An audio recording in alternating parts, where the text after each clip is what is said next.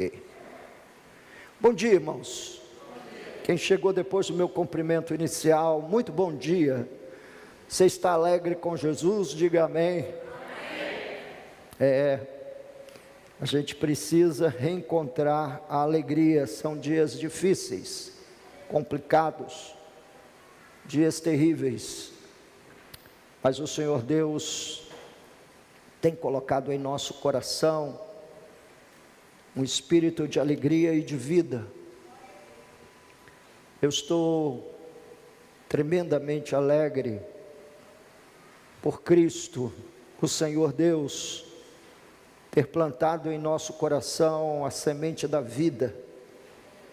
E quero me unir essa manhã aos anjos que cantaram glória a Deus nas maiores alturas e paz na terra entre os homens a quem Ele quer bem.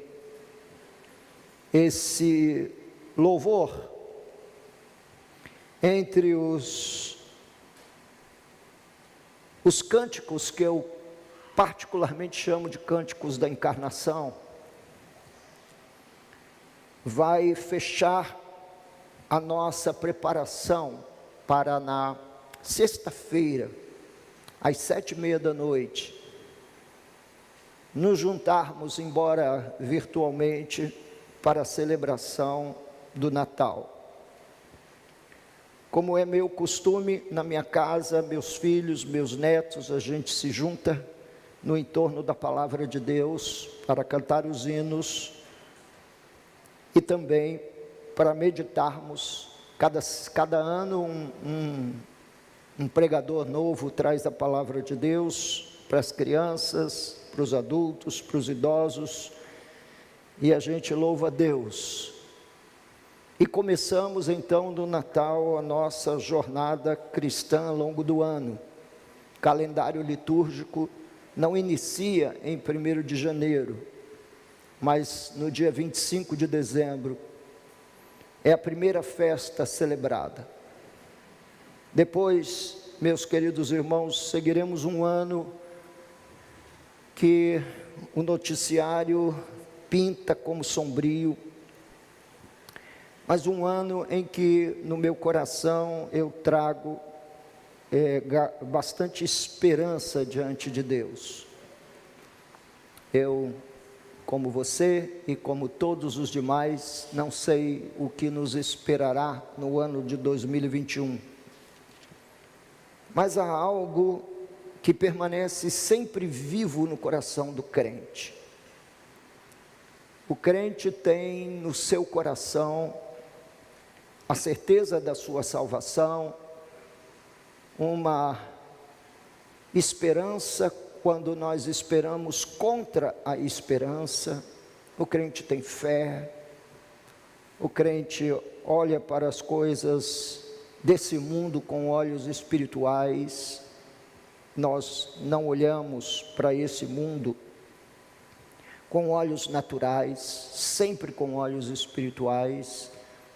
E o que permanentemente vem motivando o meu coração todos os dias é que aguardamos com antecipada sensação de paz e sossego a volta de Jesus. Mais do que nunca, preparem-se, porque Jesus está voltando. Mais do que nunca. Se ontem achávamos que estava perto, hoje ainda mais. A cada acontecimento, meu coração é renovado na expectativa da volta de Jesus, dos céus se abrirem e Ele vir entre nuvens com os seus anjos, reunindo os seus santos em sua presença, primeiramente os que já dormem no Senhor, e depois nós, os que tivermos vivos, arrebatados até Ele em sua santa presença, para o grande juízo do trono branco. E aí vamos nos reunir para julgar as nações. Imagine você, sua esposa, crente, que está aí do seu lado, seu filho, sua filha, julgará as nações. As almas que estão embaixo do altar, que clamam de dia e de noite por juízo e vingança, serão atendidas em seu clamor, e as nações serão julgadas, e todos os crimes de guerra que não foram cumpridos, todos os assassinatos, vítimas de Stalin, Idi Amin Dada, Pol Pot, Mao Tse Tung, toda essa gente vai receber o justo juízo. Os que mataram santos, homens dos quais o mundo não foi digno deles, que torturaram os santos de Deus, maltrataram a igreja, fizeram pais de família chorar a perda de seus filhos ou crianças, assistirem o assassinato a sangue frio dos seus próprios pais. Queridos, eu não vejo esse dia chegar, não vejo a hora desse dia chegar. Renove sua fé, suas expectativas, sua esperança, porque é isso que a igreja de Jesus tem diante dos seus olhos. Não espere em governos humanos, não espere, meus irmãos, no aparente braço forte dos Césares, mas tenham força e fé, olhando com um olhar fixo a pessoa do nosso Senhor e Salvador Jesus Cristo. Abra comigo sua Bíblia, vamos tirar as ofertas no fim do culto, levantar as ofertas no fim do culto. Capítulo 2, do Evangelho de Lucas. Esse é o cântico celestial na noite do nascimento de Jesus. Os anjos cantaram. Talvez de todos os cânticos que nós estudamos desde o primeiro domingo do Advento até agora, seja o único que nós podemos literalmente afirmar, sem medo de errar, que foi um cântico celestial. Mais uma vez, as coisas dos céus chocando as da terra. Curiosamente, é o menor de todos os hinos. Uma única estrofe de um verso só.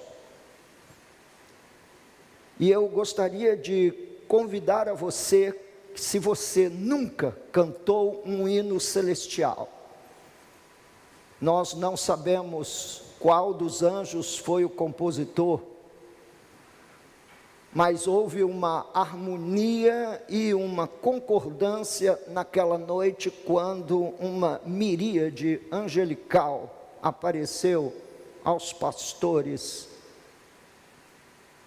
mostrando o jeito divino de dar um espetáculo.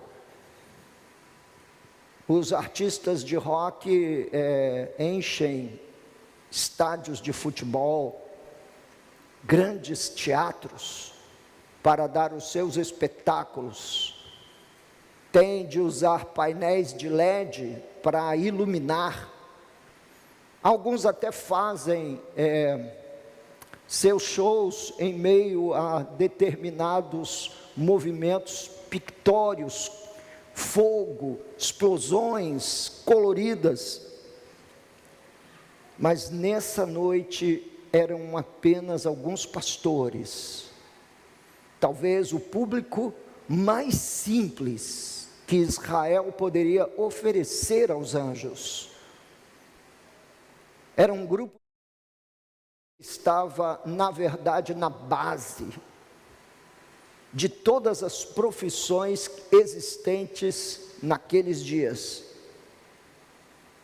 e o céu se abriu como uma cortina, e apareceu anjos. Diz o texto no verso 13: subitamente apareceu com o anjo uma multidão da milícia celestial, louvando a Deus e dizendo, pode ler em alta voz comigo: glória a Deus nas maiores alturas e paz na terra entre os homens a quem Ele quer bem. 3 importantes partes tem esse ano. Primeira parte é a glorificação do único e verdadeiro Deus, mostrando para nós que nossos hinos não podem ser divididos do gênero restitui, eu quero de volta o que é meu. Nós não podemos cantar sobrevivi fazendo isto ou fazendo aquilo. O alvo dos anjos foi a glória do Todo-Poderoso. Mas o que havia de tão glorioso acontecendo naquele dia, para eles não se preocuparem em cantar outra coisa que não fosse a glória de Deus e a paz entre os homens? São 2 elementos que nós, seres humanos, todos nós somos alunos ainda no primeiro ano do fundamental. Temos pouco entendimento sobre a glória de Deus. Até mesmo a expressão glória a Deus caiu numa vala comum. E nós não sabemos muito o que significa quando nós levantamos o coração e os olhos aos céus para dar glórias a Deus. E o que significa buscar todo o tempo a glória de Deus. Também temos muito que aprender em termos da paz. Nós não somos habilidosos com a paz. Não temos habilidade em viver em paz. Somos muito mais autores de separações e fracionamentos do que propriamente dito de unidade e uniões. Então os anjos cantaram uma deficiência e supriram uma deficiência no nosso currículo. Como adoradores de Deus, perdemos oportunidades de glorificá-lo, de engrandecê-lo, de exaltá-lo. E como filhos de Deus na terra, temos uma pequena habilidade de viver em paz, uns com os outros, com Deus e conosco mesmo. Essa tridimensionalidade da paz, que é a paz com Deus, a paz com os outros e a paz consigo mesmo. Os anjos cantaram nesta noite a glória do Deus único por conta da manifestação de Jesus, o Messias, o ungido, o Cristo. Jesus foi a motivação dessa expressão. Eles não cantaram para se sentirem melhor, mas para engrandecerem o nome do Senhor pelo dom de Cristo, que talvez seja uma particularidade perdida no entorno da obviedade do Natal. Celebramos todos os anos esta festa que perdemos de vista a dimensão da sua glória. O evento da encarnação foi o ápice da revelação de Deus aos homens. O momento de maior significância na história. Quando nos contam a história da humanidade, Os momentos de maior significância se relacionam com a ascendência de impérios e de imperadores. E quando Deus quer tornar algo supremo e digno de lembrança absoluta, Ele abre os céus e dá um show para um punhado de pastores desconhecidos, que nós não temos registro do nome, se eram casados, se eram solteiros, o que faziam senão que pastoreavam ovelhas. A encarnação de Jesus é o fato entre todos os fatos. É o evento entre todos os eventos. Entre tudo o que o Senhor fizera entre os homens, até aquele momento, como sinal do seu amor e graça, a manifestação do plano redentor foi e ainda é o evento insuperável. Estudamos o cântico de Zacarias, lindo, inspirador. Estudamos o cântico de Maria, uma resposta de um coração servil e submisso ao único e verdadeiro Deus. Estudamos o cântico de Simeão, um homem piedoso, idoso, que a Bíblia não conta a sua história, em que ele aguardou e olhando Jesus, ele enxergou a consolação de Israel. Mas nada se compara ao cântico dos anjos, louvando a Deus pela manifestação do Redentor.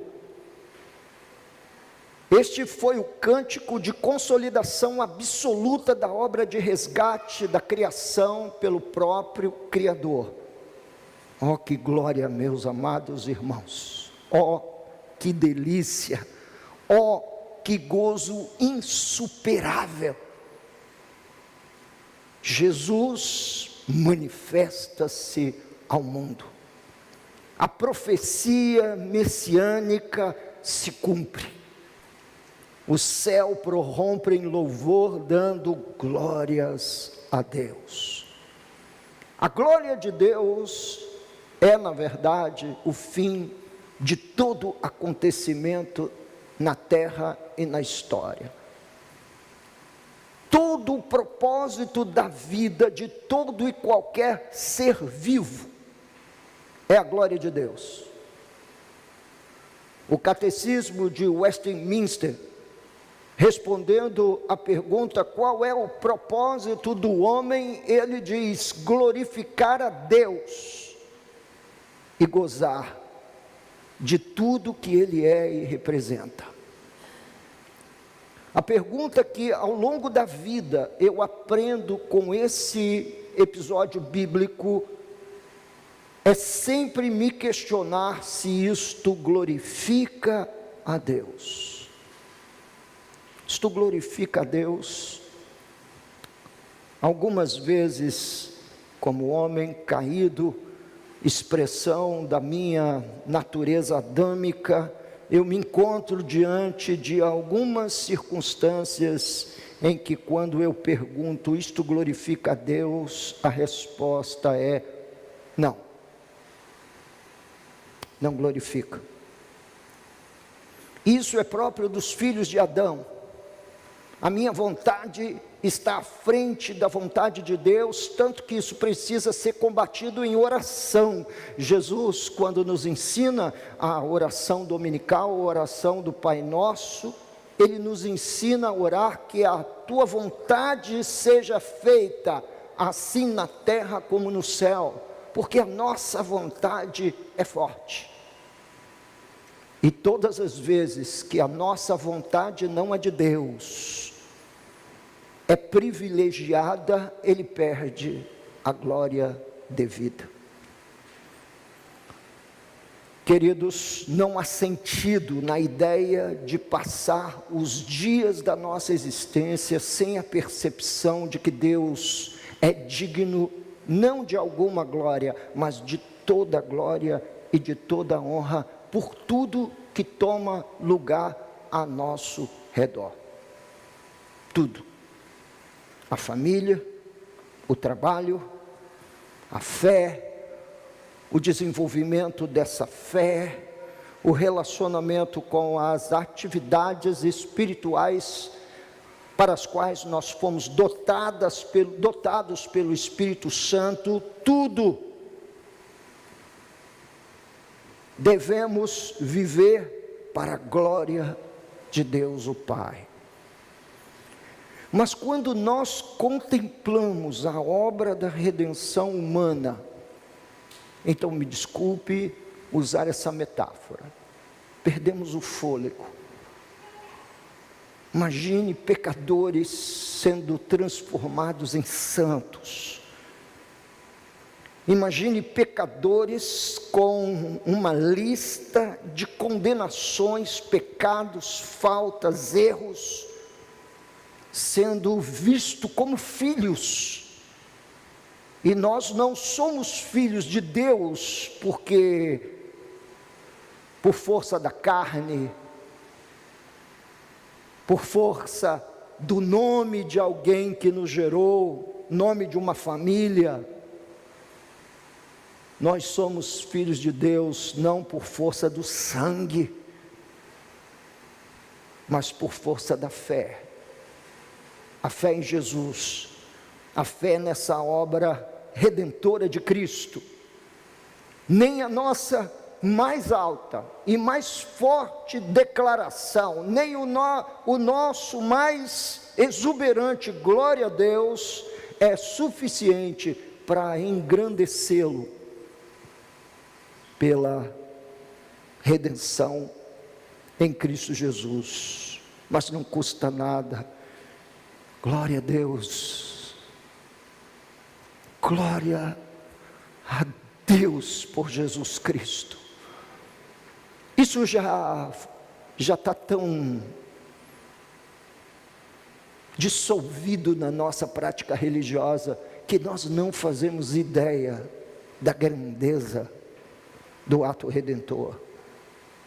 A obra redentora da encarnação até a glorificação do santo, a obra redentora completa, é motivo para anjos e homens louvarem a Deus, como a grande causa que deveria atrair e comover toda a humanidade, e especialmente, sobretudo, a igreja. Não há nada, irmãos, de mais tocante, de mais vibrante, do que Deus se fazendo gente para morrer na cruz do Calvário. Não há nada mais tocante e vibrante do que caídos pecadores conseguirem enxergar a luz gloriosa da salvação. Dia e noite, é sobre isto que deveríamos glorificar a Deus todos os dias. Ó Deus, glória ao seu nome, pelo meu Senhor e Salvador Jesus Cristo. Ó Deus, glória ao seu nome por obra tão gloriosa feita na cruz. Eu ouso dizer, queridos irmãos, que entre todas as intervenções divinas na vida humana, entre tudo que nós fôssemos capazes de pedir a ação divina na história, nada poderia ser comparado com a glória do seu nome na salvação do perdido. Estava nascendo o plano redentor, porque Jesus é eterno. Jesus literalmente não teve um início, porque Ele é autoexistente. Ele é o Deus Criador que nesse momento se humilha à condição de criatura que embora sendo Deus, não usou como usurpação ser igual a Deus, mas a si mesmo se esvazia e toma a forma humana, e junto com a forma humana, todas as suas limitações. É assim que começa o plano redentor, nos ensinando, a mim e a você, que o caminho do Cordeiro e de todo o seu povo é para baixo, é se humilhando, é abrindo mão. Algumas perguntas inconvenientes que esse hino me fez fazer ao longo dessa semana. A primeira pergunta inconveniente que eu me achei embaraçado para pregar, para responder, foi: quanto importa para você individualmente a glória de Deus? Nós vivemos num mundo em que todos querem se satisfazer em alguma coisa na vida. Os pais querem que seus filhos sejam senhores, nunca servos. Quando você pergunta a alguém sobre sua vida profissional, ele quer, se possível for, sentar na cadeira da presidência. A verdade é que nós convivemos com esse pensamento também dentro do espaço da igreja. Queremos ter voz de comando, voz de mando, quando na verdade nós glorificamos a Deus nos assemelhando a Jesus. E aí vem a mensagem de logo mais à noite. Não vou fazer aqui um spoiler, né, da mensagem de logo mais, mas elas estão intimamente relacionadas uma com a outra. Então, quanto importa para você, como indivíduo, glorificar a Deus, viver uma vida em que Deus se regozije em você? Quanto importa coletivamente para nós, na nossa consciência de comunidade, esta mesma glória dentro da comunidade, dentro da igreja? E a última pergunta é: do que se trata viver e celebrar o Natal de Jesus? Que são 3 perguntas que nós deveríamos fazer um esforço grande para responder. Quando a gente for para casa hoje, dia do Senhor, dia de estarmos todo o tempo com a mente e o coração centrados em Cristo e sua palavra, a pergunta é: quanto importa para mim a glória de Deus?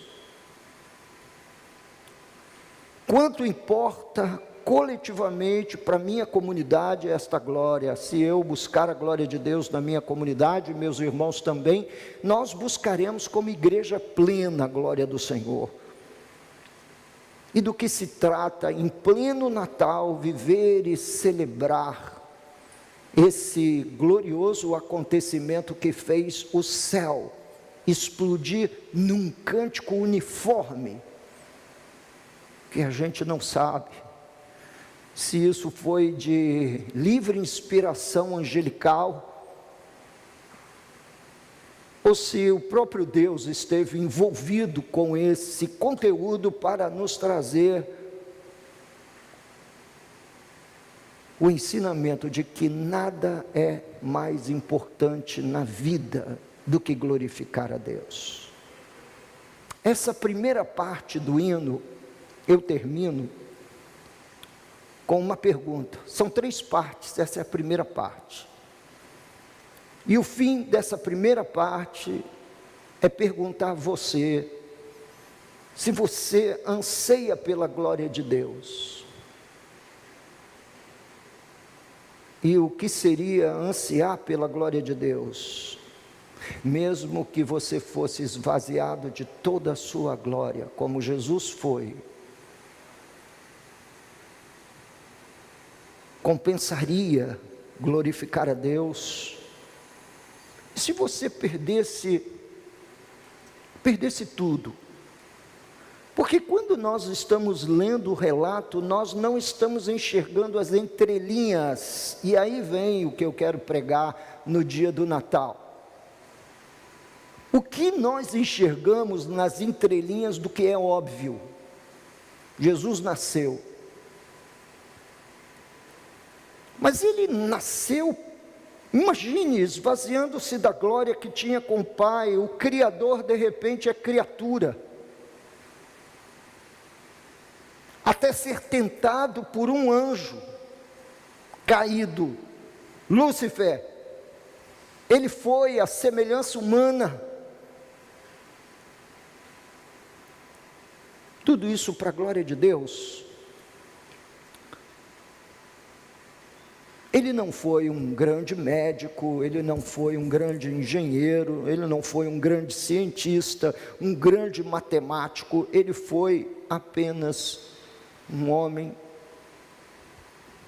o Deus encarnado, que abriu mão da sua glória para a glória de Deus. Você anseia, entre tudo na sua vida, que o plano redentor se consuma. Quando eu digo para os irmãos que não tenho sonho, que eu sou um homem vazio e de qualquer sonho, de qualquer expectativa natural, porque tudo neste mundo natural eu sei como termina, mas eu sonho, gozo com a glória divina e uma participação minúscula minha nessa glória eterna. Todos os atos interventores de Deus na história são razões evidentes para que a sua glória seja louvada. Todos. Mas o que seria uma vida para a glória de Deus, para eu ansiá-la, pastor? Seria uma vida, resumindo em 5 pontos, uma vida em que nós enxergássemos Deus em cada pequena expressão de favor. Nós todos estamos aqui de máscara, mas devemos glorificar a Deus, porque até mesmo entre os nossos irmãos que foram contaminados pelo SARS-CoV-2, e que desenvolveu a chamada Covid-19, a doença, todos eles foram guardados e nós temos todos eles curados em plena recuperação. Glória a Deus. Você está respirando, irmãos? Sem a ajuda de um respirador, sem a ajuda de um medicamento. Glória a Deus. Você está reunido aqui na igreja, apesar de todo o terrorismo da mídia, para afastar você da congregação. Uau! Quanta coisa você teve de vencer. Eu glorifico a Deus por você estar aqui essa manhã. Na verdade, eu não glorifico você, porque quem é o beneficiado com esse encontro somos nós. Uma vida para a glória de Deus busca viver e desfrutar da vontade manifesta de Deus. Realmente, uma vida para a glória de Deus é dizer que você mesmo, você como indivíduo não vive mais, é Cristo que vive em você, como Paulo escreveu aos Gálatas. Já não sou eu mais quem vivo, é Cristo quem vive em mim. Uma vida para a glória de Deus sempre percebe que é Ele, e ninguém além dEle, quem está por trás de cada pequeno triunfo, de cada pequena conquista. A gente que preza tanto a vida desse mundo, não é? A gente preza tanto a assinatura de um homem num pedaço de papel, atestando de que nós cumprimos 3, 4, 5 anos de um curso universitário. A gente moldura, põe na parede para que a família veja e não se esqueça. Para que a gente veja e não se esqueça. A noite é um sonho, a noite da formatura é um sonho, a família, emoção, não podia ser outra coisa, não é? A gente está vendo um filho, uma pessoa do nosso coração, subir as escadarias da vida natural, mesmo que alguns deles seja o custo de perder a fé.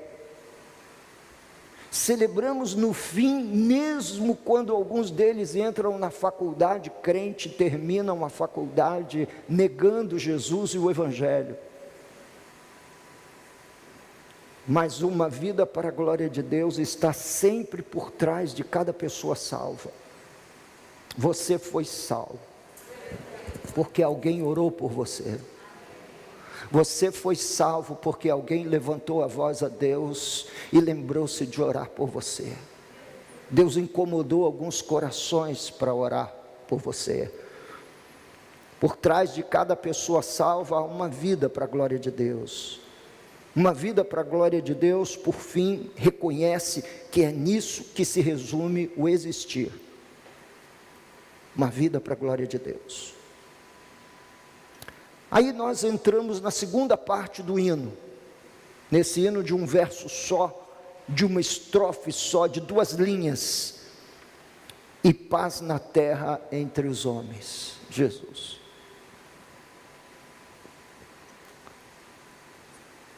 O Natal deveria nos fazer refletir sobre a paz. Nunca, irmãos, eu tenho 42 anos de ministração livre na igreja.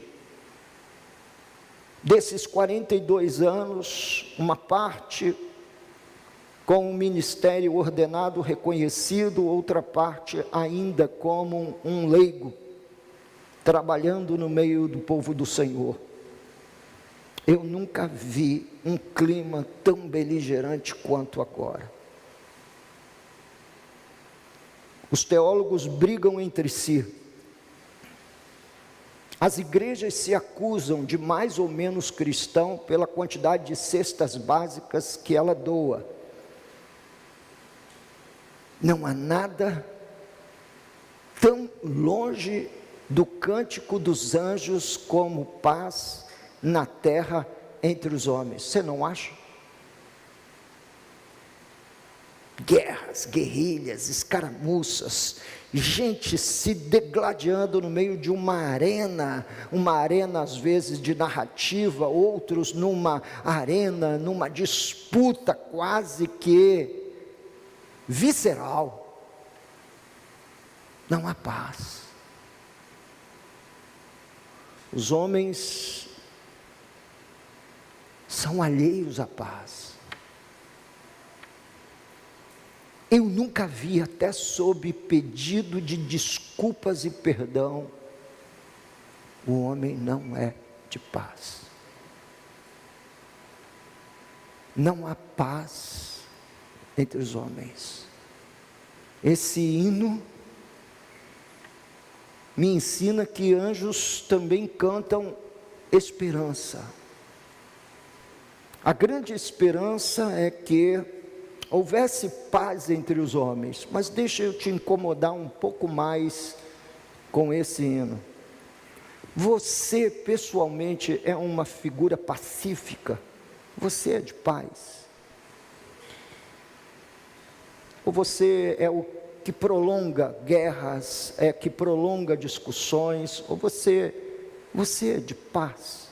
Indivíduo, você como indivíduo crente, como digamos assim, um microcosmo do cristianismo andando sobre 2 pernas, você é um indivíduo, uma mulher, um homem, um jovem de paz.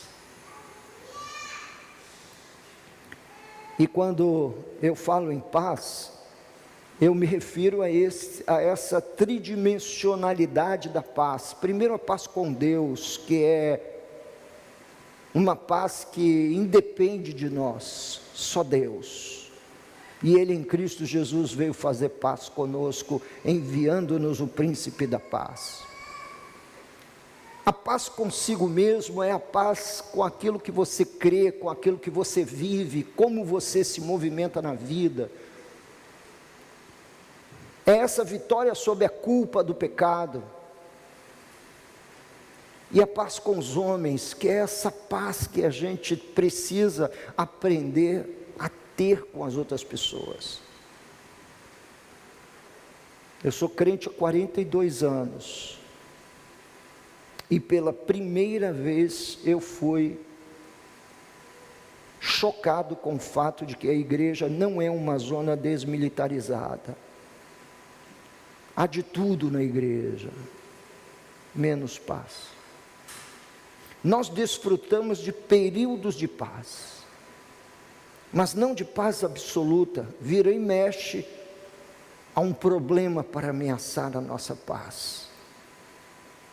O consolo é perceber, meus queridos irmãos, que nem no grupo dos 12 discípulos houve paz absoluta. Interesses pessoais, como eram os filhos de Maria, Tiago e João, traição e até um desafio aberto à incredulidade, à dúvida na messianidade de Jesus, nós encontramos entre os 12 discípulos. Entretanto, deveríamos nos armar da consciência da paz e percebermos que ela deveria ser mantida a todo custo, não ao custo de negociar a verdade, mas como intenção fundamental do povo da cruz é manter a paz, seguir a paz. Mas a paz é um grande problema, e aí nós vamos perguntar à Bíblia: por quê? De onde vem esse coração beligerante, esse clima de animosidade, esse espírito belicoso? De onde vem? E aí a Bíblia nos responde: de onde procedem as guerras e contendas que há entre vós? De onde senão dos prazeres que militam na vossa carne?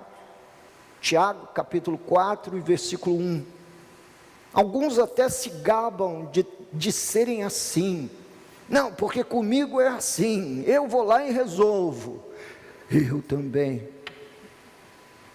resolvo, sempre tentando manter a paz. Mas digo aos irmãos que às vezes não adianta nós tentarmos manter a paz. O apóstolo Paulo, ele disse: se possível, tenhais paz com todos. Parece que existem circunstâncias e situações em que a paz não cabe. Lutero pegou essa frase e disse: se possível, tenhas paz com todos, mas a verdade a todo custo. E a gente quer fugir da verdade para dar vazão aos prazeres que militam na nossa carne, e são eles que vão sacramentar a guerra. Paulo, escrevendo aos Romanos lá sobre o homem caído, e tentando nos dizer o que era esse homem caído, esse ser humano caído em sua condição de pecado, ele diz assim: a garganta deles é sepulcro aberto, com a língua urdem engano, veneno de víbora está nos seus lábios, a boca eles a têm cheia de maldição e de amargura.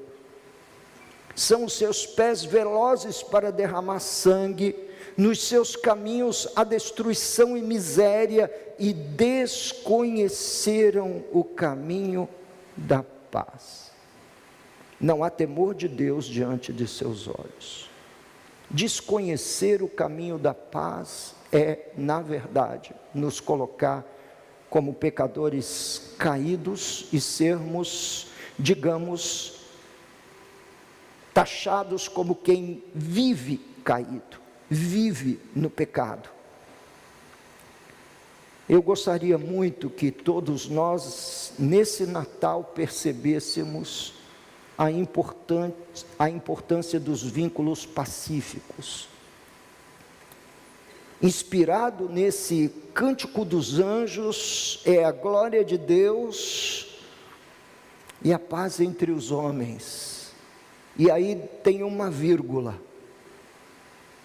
Não sei se você, lendo na Bíblia, você a percebe. E ausentando-se deles os anjos, não, glória a Deus nas maiores alturas, vírgula, e paz na terra entre os homens, vírgula. E o cântico vai terminar com essa declaração: entre os homens, a quem Deus quer bem. E aí aparece a doutrina da eleição no Cântico dos Anjos. Parece que todos aqueles chamados por Cristo não fazem exigências para viver em paz. É uma marca do cristão, é uma marca dos homens a quem Deus quer bem, viver em paz. A paz tem um trânsito fácil no coração, no território destes homens perdoados e que foram atingidos em cheio pelo amor de Deus. Não é paz entre todos os homens, mas é paz entre os homens, vírgula, os homens a quem Deus quer bem, aos eleitos, à igreja, aos santos, aos salvos, aos chamados antes da fundação do mundo. Há alguns que evitam a paz.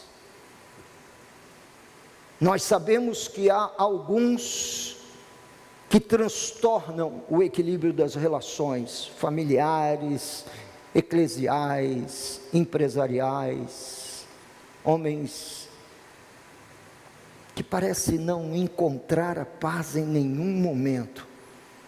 São indivíduos consumidos por seus próprios pensamentos, por seus próprios medos, que não conseguem ouvir, não conseguem dialogar. A paz exige ouvir as histórias até o fim. E que lição difícil é a lição de ouvir. Paz na terra entre os homens a quem Deus quer bem. Eu quero terminar o sermão desta manhã lendo com os irmãos o texto bíblico que vai focar e que vai amadurecer em nosso coração esse conceito doutrinário. Romanos capítulo 9, versos 14 ao 29. Romanos 9,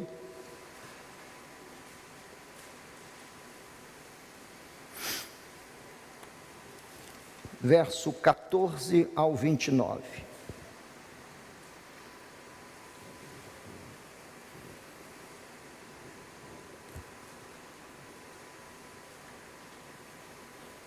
Que diremos, pois? A injustiça da parte de Deus? De modo nenhum. Pois ele diz a Moisés: terei misericórdia de quem me aprouver ter misericórdia, e compadecer-me-ei de quem me aprouver ter compaixão. Assim, pois, não depende de quem quer ou de quem corre, mas de usar Deus a sua misericórdia. Porque a Escritura diz a Faraó: para isto mesmo te levantei, para mostrar em ti o meu poder, e para que o meu nome seja anunciado por toda a terra. Quer dizer que Deus levanta Faraó para mostrar nele o seu poder, e para que o nome dele fosse anunciado por toda a terra. É isso mesmo. Logo, tem ele misericórdia de quem quer, e também endurece a quem lhe apraz. Isso parece ser para nós uma palavra que não cabe dentro do nosso senso humano de justiça. Mas não se esqueça que o seu senso humano de justiça é como trapo de imundície. O seu senso humano de justiça não existe diante de Deus. E Deus tem misericórdia de quem quer e glorifica o seu nome na vida de quem quer, até na dureza do seu coração, como fez com Faraó. Versículo 19: Tu, porém, me dirás, de que se queixa ele ainda, pois quem jamais resistiu à sua vontade? Quem és tu, homem, para discutires com Deus? Porventura, pode o objeto perguntar a quem o fez, por que me fizeste assim? Ou não tem o oleiro direito sobre a massa, para do mesmo barro fazer um vaso para honra e outro para desonra? É o oleiro. Que diremos, pois, se Deus, querendo mostrar a sua ira e dar a conhecer o seu poder, suportou com muita longanimidade os vasos de ira preparados para a perdição? Eu adoraria que esse versículo não estivesse na Bíblia, mas está. Está.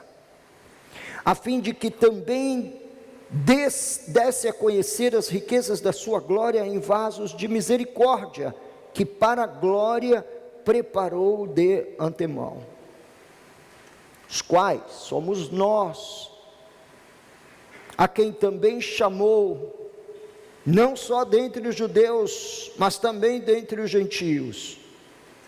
Assim como também diz em Oséias: chamareis povo meu ao que não era meu povo, e amada a que não era minha amada. E no lugar em que se lhes disse: vós não sois meu povo, ali mesmo serão chamados filhos do Deus vivo. Mas relativamente a Israel, dele clama Isaías: ainda que o número dos filhos de Israel seja como a areia do mar, o remanescente é que será salvo. Porque o Senhor cumprirá a sua palavra sobre a terra, cabalmente e em breve, como Isaías já disse: se o Senhor dos exércitos não nos tivesse deixado descendência, ter-nos-íamos tornado como Sodoma e semelhantes a Gomorra. Glória a Deus nas alturas e paz na terra entre os homens a quem Ele quer bem. A quem Ele quer bem. E desses homens a quem Ele quer bem, estamos nós, seu povo, gerado no sangue de seu Filho, no sacrifício de seu amado Filho Jesus.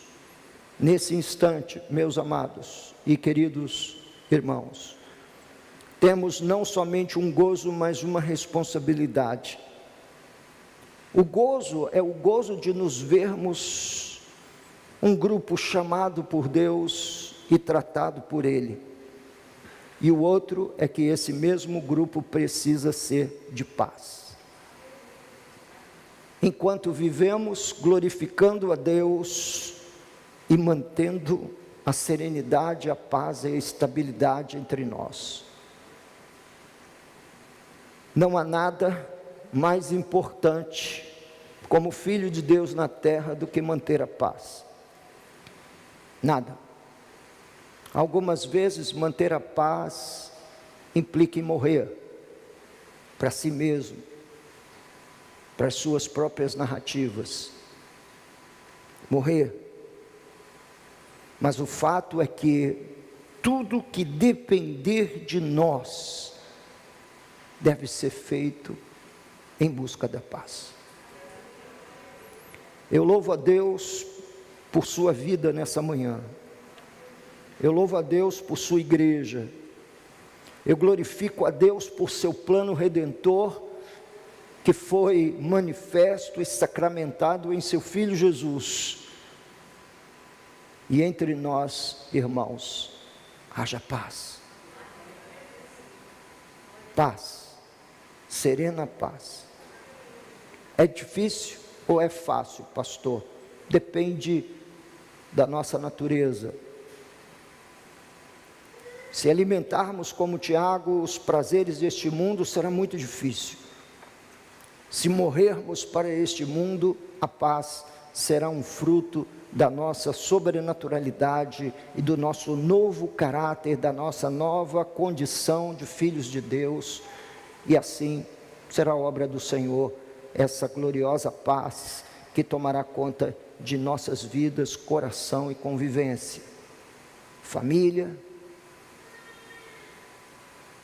a vida pessoal e a vida comunitária. Paz com o seu cônjuge, com seus filhos, paz consigo mesmo e paz com Deus. Que Deus o abençoe. Nosso Deus querido, um cântico celestial nasceu no céu sob a sagrada inspiração do reino da luz. Glória a Deus nas maiores alturas. Nasceu o Redentor. Glória a Deus nas maiores alturas, nasceu o Salvador. Glória a Deus nas maiores alturas, nasceu quem é maior do que César. E qualquer nome que possa ser mencionado entre os homens, porque não há outro além de ti. Glórias sejam dadas ao Senhor. Brinda-nos, concede-nos a graça da paz. Tivemos um ano, ó Deus, de muitas disputas e guerrilhas, e nós terminamos esse ano, ó Deus, te dando graças pelos que estão vivos e de pé, pedindo para que nós sejamos aperfeiçoados no vínculo da paz, que a gente consiga viver por sua misericórdia e graça acima da nossa própria vontade, recebendo e aceitando, ó Deus, a sua condução soberana, ajudando-nos, ó Deus e Pai, na arte da pregação, do pastoreamento, ó Deus, e da vida comunitária.